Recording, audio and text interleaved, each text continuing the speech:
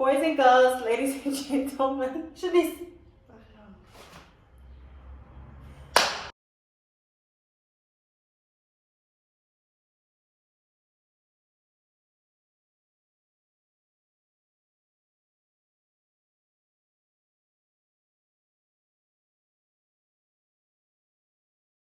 Boys and girls, ladies and gentlemen, welcome back to another video. My name is Ashlyn. And my name is Shanice. Welcome back, guys. Guys, so we must start off and say sorry that we didn't post this week. But as you all know, it's Mother's Day and we decided to take the day to celebrate it with our families. But we are back, guys. Yes, that brings us to today's topic. Today we will be speaking about motherhood and just share our experience, myself and Ashlyn, as mothers and what we did on Mother's Day. Yeah. So I think to start the conversation, we're going to talk about our journeys into motherhood. And because you've been a mother for longer than I have been, maybe you should share on your journey. How did you become a mother? How was it like for the very first time? I just knew Ashlyn was gonna do that, guys. Seriously, I just knew she was gonna do that. But anyway, I was one of the statistics of becoming a mother at a very young age. I just got pregnant just after matric, my year after matric. I got pregnant with my first son. I was excited. I was excited, guys, to be honest. The experience was like never before. My experience being pregnant was the best for me. Although I was young and yes, I had doubts, I had this disappointment in myself. So many people were disappointed in me because yes, we planned. Yeah, we planned, but things didn't go my way. But as the pregnancy went on, guys, I was excited. I was excited to be a mother. I was excited that it was the first boy. We were just ladies and girls by that time, and I'm bringing a boy into this family. So I was super excited. Yeah, I think even for us, I was devastated, guys. Because with us growing up, she was my best friend. And when she told me she's pregnant, I felt so betrayed. I'm like, oh my God, it's not just the two of us anymore.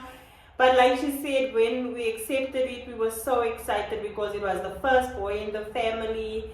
I think everybody was over the moon when we found out it was a boy. Yeah. To the point where I remember the first week when he came home, my mother and I would take turns. If he cries, we are there, changing diapers. And she came down. I remember her coming down the passage crying. And then my mother and I would look at her like, what's wrong? She's like, yeah, just keep him. Just keep the child. It's your child. I'm not even going to give him kitty anymore. And she was just having a big fit. And I remember that's how much love we had for them pregnant, for our first son and for the pregnancy and everything. Yeah. Yes, I still remember that day, guys. I was like, I felt left out. Like, I'm the mother of the child. He doesn't care about me, and they're all over this boy. Yes, so that was my first pregnancy, guys. To be honest, there was no morning sickness, no bad pregnancy vibes, not even nothing.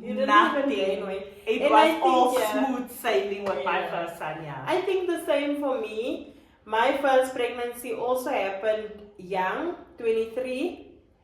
But it also happened at a time when nobody expected it would happen for the family. And I remember with me, after telling my mother, my elder sister actually, she didn't speak to me for a month. And after when we started talking, she said she was crying for a whole week. And she was just in mourning because nobody expected it from me. But the same, once everybody accepted it and we made peace with it, there was just a lot of love surrounding the pregnancy. A lot of support that we got. Like my mother, I moved home. I moved home and Shanice and my mom was in the house and I moved back to stay with them.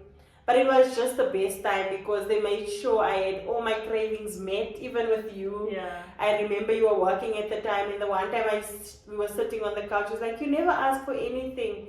And I said to her on the day, but I'm craving sweets. Did we not go and buy 500 rands worth of sweets? So yeah, I think that's how my pregnancy was. Even when I had false labor, you and mommy were there by the hospital with me. So they were with me every step of the journey, and the same with you. Yeah.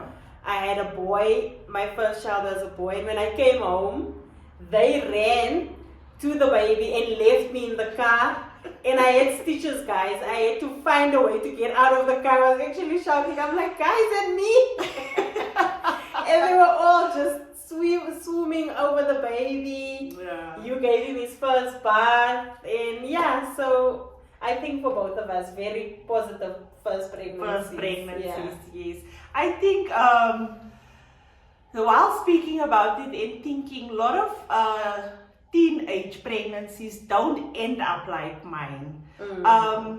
Because the parents tend to keep grudges for a very long time. Yes, it's unexpected. Like me, I didn't plan for it, I didn't ask for it, it just happened. Most of it happened. Most of teenage pregnancies just happens. Yeah. So I think most of us have different stories when it comes to our firstborns. So yeah, but I must say our journeys are different to many people because it's testament of the woman that we are raised as and with. We are a family that quickly accepts each other regardless of the faults. We are a community of women. We raise each other's kids and we are always there to support. And I think even with my second pregnancy, I have the same experience. Everybody embraced us, loved us, and was there. And I'm sure you have the same with all your other pregnancies. And yeah, so I think the support structure for me was vital.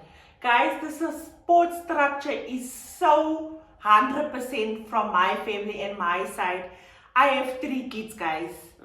And believe me not, I never cleaned poo.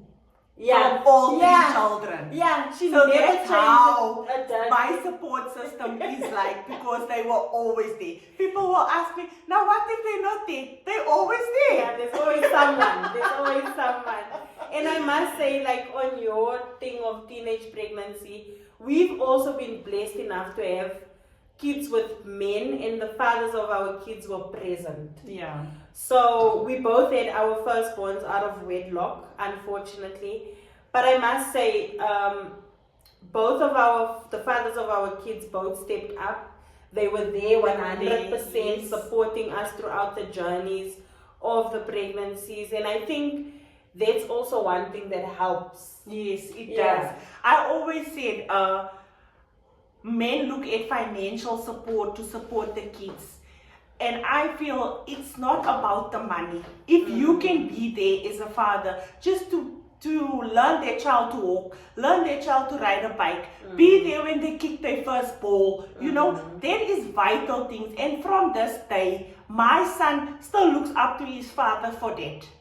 Because his father is there, present in the moments that he needs him. Not financially, not being there just throwing money, not being there and just throwing money at him. You see? Okay, so that brings us to the next question. What did motherhood teach you about yourself and about life? Okay, so as you heard throughout our videos, we are very keen on family bonds. And what motherhood has taught me is just that to embrace the different personalities that we have, guys. You can never put your personality on your child, or what you expect, what you didn't do, you expect your child to become or do. That's something I learned very quick in my motherhood journey, that my child has his own personality. I cannot tell him what to do. I cannot show him where to go or force things on him, because his personality is different. I think also what I learned about motherhood, like I always look at my kids and they are both so different when it comes to personalities. They both have a different way of doing things and thinking. I always look at them and they are polar opposites. And I think that has just taught me to be unapologetic about who I am. Yeah. Like both of them, none of them will back down. My eldest son is very sensitive and he loves that about himself. Yeah. He always say, Mommy, this is just me. I don't like to fight. I don't like to, Yes. even when the brother bullies him, I'll be like, Gila, you need to stand up for yourself. And he's like, but Mommy, that's not who I am. And I think even with Orion, I'll always tell him, be calmer, be, and he's like, no, it's just himself. And I think that's the beauty of seeing life through the eyes of your kids. Yeah. You learn to be, they teach you the child within yourself. So that's what I've learned. My kids has really taught me to just be myself in every circumstance. Yeah. And I think one thing Ilario specifically has taught me is to wear my heart on a sleeve. Yeah. That boy is not scared of saying I love you or scared of saying you hurt my feelings, or he'll just say what's on his heart. And I think that's one thing that I also admire about him and one thing that I've learned from him. That's great. What was the second question? What has he taught you about life? Oh, okay. It's what has he taught you about yourself and what has he taught you about life? Oh, okay. So what it has taught me about myself, my kids, guys, is how can I say, they have very strong personalities. They like so dependable, if I can say that, for this very young age. So, and they are so close, no matter the fights, no matter the arguments, they always stick together as they are. So what they have taught me in life is that no matter who comes along, no matter what we face, no matter the struggles, the challenges, if we can stick together, no one can break us down. Sure. Yes. That's a good lesson. I always tell my husband also that like when things change in life or when he feels like things are not working out, I always tell him that same thing. Like, as long as we're together, we know what's going on and we're happy, then the rest doesn't even matter. And so yes, that's a great lesson to learn. I think what I've learned from my kids about life, did I say one about myself? Okay, so what I've learned about life is just, life is about the little things, guys. Yeah. We always fuss about the big things. When I tell you I can take my child to Papacino's where there's the biggest slide, or I can do whatever, get a cat out of the head and just do all the tricks. Yeah. Their children will not be phased as much as they are phased when we're just on the couch. He's in my arm, we're watching a movie. He'll come and say, Mommy, this was the best day of my life. Yeah. And to me, it's like, but yesterday when I took you for all the trimmings, it wasn't the best day. So it really shows that it's the little things and the little moments that counts. Yes, Yeah. That's so true. That's so true. Yes, and that is one thing I admire of my kids as well. They are not phased. They are appreciated with everything, with the little things, anything that you give them, they are fine with it. Especially Taylor, Yes. Yeah, I even told my kids once, like, can't you just be like Taylor, that girl, you'll give her the smallest thing, she'll be so appreciative, and she'll even tell other people, Isha gave me this, and I'm like, I will. That's what she does, yeah. But it also shows as our family, going back to how we celebrated Mother's Day, I think that also goes to show that the kids learn from us, men. Yeah. Because we didn't have the trimmings on Mother's Day. All we had was each other. Yeah. We had a lunch as a family, but it was so nice. I still look at the videos and the pictures, and it just makes me smile. And I'll insert a few for you guys to see what we did. But it just makes me smile to see how we could be together as a family, have fun together as a family. And that was just very beautiful for me. It was very nice, guys. Just to embrace being together, just like having fun, laughing, talking. And we have like all sizes of kids. Yep. So we have from teenagers to mothers to babies. Newborn babies. So mothers, Day was a blast, guys. It was Yeah. fun, it was exciting, and it was good to catch up. Yeah, what do you learn from your sisters? It's also mothers. Okay, what I learned from my sisters, guys, is my sisters, they like, how can I say, they like the village. You know when they say you cannot be all by yourself, you need a village. That is my sisters, guys. When it comes to my kids, I can pick up the phone for any one of them. They will be there for their kids. No matter what, they raise the kids like it's their own. You will see on the video, like everyone is, my elder sister has a newborn. You'll see on the video, everyone is with that newborn besides the mother. And that is that's how our family is. We are there for each other's kids no matter what. Yeah. I think one thing I've learned from my sisters is just the strength that comes with being a mother. Yeah. It even makes me emotional when I think about it, but just how all of us goes out of our ways for our kids. Like I sat there and I looked at everyone and the pride they have when they look at the kids, the fun we have when we interact with them. It doesn't matter whether we must do TikTok videos or we must change a nappy or we must give someone a snack because they're nagging. But everybody does it with so much joy. And I think there's such a beautiful strength in just being a mother, because when you become a mother, you give of yourself. Yes. And to see my sisters constantly give of themselves, but they never run empty. Yeah. It's like they just get fulfilled. The more they give of themselves, the more they give, they get fulfilled. And for me to just sit there as the youngest and to see like, wow, you have this, like even with my one sister, she's now a grandmother. Like you said, my elder sister is a new mother. So the dynamics is always changing. But the love we have for our kids always remains the same. And even the love we have for our mother. Because we can all come together and just surround her and be with her and try to do everything we can for her. And even the love that she has then for us and for our kids. So that's what I've learned. Just the strength in being a mother. While you are talking about it, I'm just reminded about when we came home on Sunday. My eldest son actually said, so my daughter, my second eldest, she has diabetes. And whenever she's around my sister, she's like, she seeks attention, guys. She becomes a baby. She becomes a baby, like literally.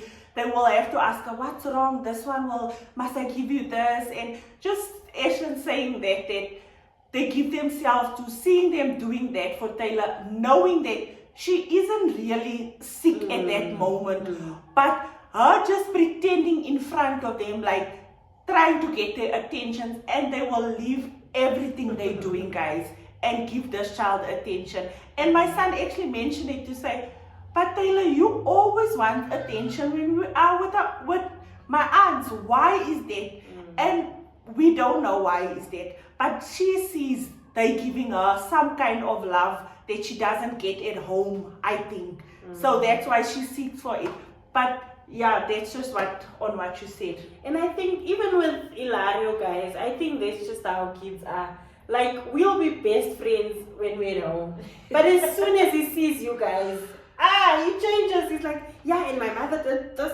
Things happened 3 years ago. You'll tell them, and she was shouting me, auntie.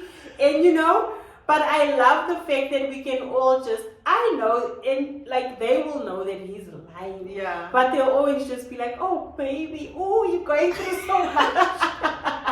And I embrace that moment, guys. And I think it's the same with Taylor. Like she knows if I have my aunts around, I'm gonna get all the love, I'm gonna get all the attention. And I think this just shows that how we are as aunts to one another's kids, as like mothers to one another's kids. Yes, very so important. I think that's with all the kids. They just So on that, guys, I just have to also salute my mother. In all of that, guys, she is the head of the family. We 4 daughters, 4 husbands, 11 kids, 1 grandchild. And she is like the pillar of everyone. Yeah. Every grandchild can run to her, every sister can run, even our husbands can run to my mother. She has shoulders, she can carry us all, guys. So if Mother's so Day much joy. would not be possible if it wasn't for that woman. So I salute you, Denise Harris. You are our pillar of strength in this family. Yeah, and I think also goes back to what I said about just giving of yourself selflessly. Yeah. I think that's one thing mommy does with so much joy. She's always willing to give of herself. Even if she doesn't have, Yeah. she'll give, or she'll take from her to give to this one and take from this one to give. Yes. But yes. she's never ever in a position where she says, I don't have, or I can't, or you know. Yeah. It brings me back to 2 weeks ago. We had a function that we wanted to go to, and she's like, leave the boys with me. And I said to her, no, you said you're going to the funeral, so go have fun, be with your people, and the way that woman was turning there in the house, trying to make sure, are you sure you're gonna go? Are you sure I mustn't stay? Like, she asked us 4 to 5 times, and I think that shows she's always also willing to make the sacrifices just for her grandkids and for us. And the same like with Taylor, when my mother's in our presence, our kids don't know what it is to say, Mommy, I'm hungry. Yes. Mommy, I'm thirsty. Mommy, I want to go to the toilet. No. They go straight to their Oma and Oma Kasonga. Even the 18-year-olds and whoever 21-year-old, Nikki on Shudi, over birthday, happy 21st birthday on second. So even with her, the one that's 21, she'll go and stand to my mother and say, Oma Zani, you know, or talk in my mother's ear and say what she wants, because they know it's a safe space. Yes. And she's going to make a plan to for give it, them what they want. Yes, so that is my mother, guys. She is just there for everyone. It's like Ashlyn said, she was turning around. If you do something, if she knows you're about to do something, she will be on the phone like literally the whole day, every 5 minutes to say what's going on, what's happening, what did they say, where, the whole day, guys, until she has the news of what's happening in your life. When it comes to you, when it comes to the kids, she's like involved like that. My mother sends you a message at 6 o'clock. Morning, how are you? How did you sleep? How did the kids sleep? Yes, that is. That is my mother. So that being said, what do you think is the one thing that you don't like about being a mother? I think we never, and I must say, guys, this is a hard question to answer, but it is necessary, because many a times we make motherhood out to be this glorious thing, and it's all fun and it's all games. But to be honest, there is very hard times in motherhood. Yes, it is. And as women, we often face the hard times alone because we are too scared to say, I don't want to be a mother this week. Yeah. We think it makes us bad mothers. We think it makes us bad people. But I think we must be honest and say there are very hard times in being mothers. Yeah, so that's why I asked the question. So just on that, I think it was the Friday before Mother's Day, we were in the car, some people, and I asked us, one of the guys said, no, they're tired of being a father. He wants to give the child back, and he's taking a break like for 3 months and so. So I actually told him that, yes, that's so nice because you have the option to do that. Yep. We as mothers, we don't have the option.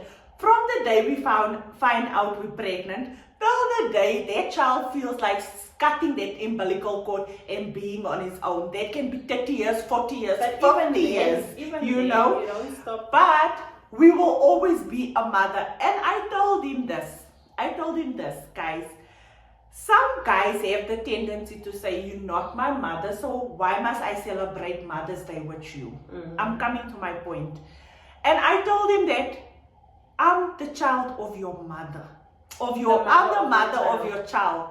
You will never be able to do what I do on a daily basis. He's already tired of his child, guys. So I told him, you will never be able to do what a mother can do.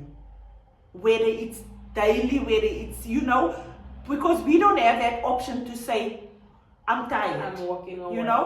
But that's what I told him. And then just to come back to Eshan's question, is like, the hardest thing about being a mother is pretending to be strong. Yo. I literally spoke to someone about it the other day when they asked me that, how is it being a mother with a diabetic 7-year-old? How has the journey been and what? And I literally told them, guys, I'm fine with everything, but it eats me up that I have to be strong for their child.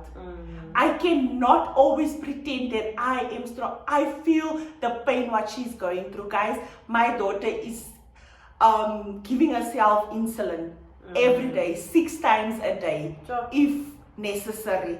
And me as a mother seeing that, being helpless, that I can't take that sugar from her. I can't help her with that. I can't control that to say, you can't have ice cream, you can't have sweets. She's a 7-year-old. I just need to be strong because it affects her health. I have to say, no, Taylor, you can't have that. And she will stand there with that eyes full of tears like, please, mommy. And she's just a child. So that is the hardest for me, having to be strong for them. Yo, what can you even say after that? Wow. Yeah, guys. Sure. Yeah, I don't think I'm gonna say anything. Yeah. Answer your question. Wow. I think for me, the hardest part about being a parent is like you saying, seeing your kids get hurt. Yeah. And knowing there's nothing you can do to help them or to prevent it from happening. Yes. I even have sleepless nights thinking about stuff that's gonna happen 5, 6, 700 years from now. And I always tell Byron, like, I just wanna do enough to make sure my kids is prepared for when these things come. Yes. I want to make sure, and for me, the one thing that I always talk about is the fact that my kids are diverse in the sense that they are colored kids and they growing up with a African surname. Yeah.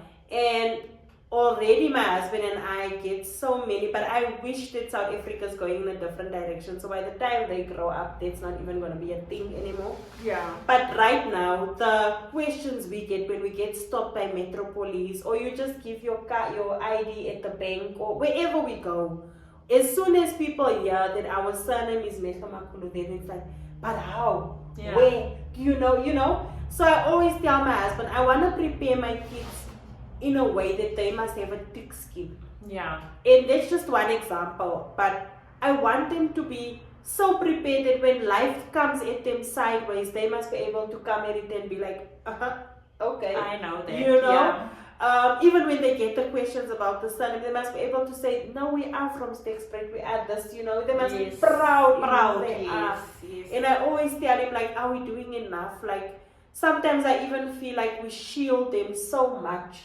that I fear that if they have to go out in the real world, are they going to be ready to handle all? Because at their age, I always say, my eldest son is in grade 1 now. When I was in grade 1, I used to do my hair. I used to be able to get my bag and go wait by the corner for my transport. I used to get into the transport and get home on my own. Yeah. And now with him, it's like, Daddy's dropping you off at school. Daddy's waiting for you. We you. don't send you to the shops. Everything we do it for you. So for me, I think that's my biggest fear. Just making sure that my kids is prepared for the life outside of home. Because home is so protected for them. I always say, guys, you don't get a manual to being mothers. And especially our generation of mothers, we have seen, we have heard, we have experienced a lot. And yes, we want to protect our children from everything. We want to do everything different that we didn't get in our childhood, We want to prepare them, but you cannot prepare them 100%. Yes, you can give them life lessons. Yes, you can tell them. That's what I always do. I always sit with my kids. I always tell them the reality of everything. How raw, how sweet, how nasty it can be, but it's reality outside. And I think if we had that real talk with our parents, things would have been different. But life was different For them, when we also grew did what up. they You knew. know, life was different when we grew up because we didn't have all those things that's happening now, especially with the social media, the society. You know, everything has changed. So being that mother, someone asked me, so we must baby our kids. Unfortunately, yes. Because why I say yes is because nowadays the children have that of, I can kill myself. I can go to the police station. I can, you know, they have all these things that social media gives them.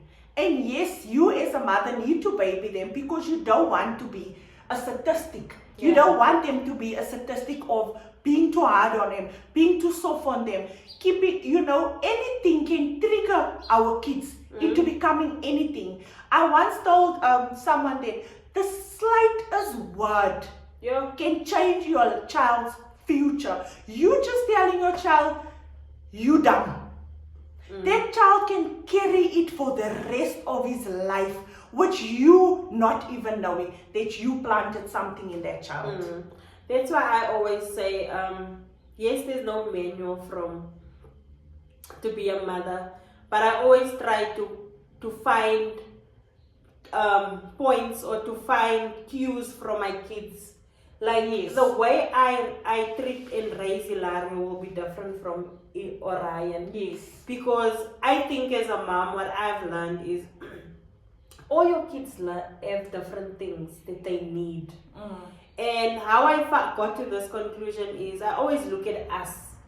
And I'll sit and be like, but the four of us was raised by the same mother, the same father, same whatever, but we turned out so different. And our experiences was so different. And it brings me back to love languages.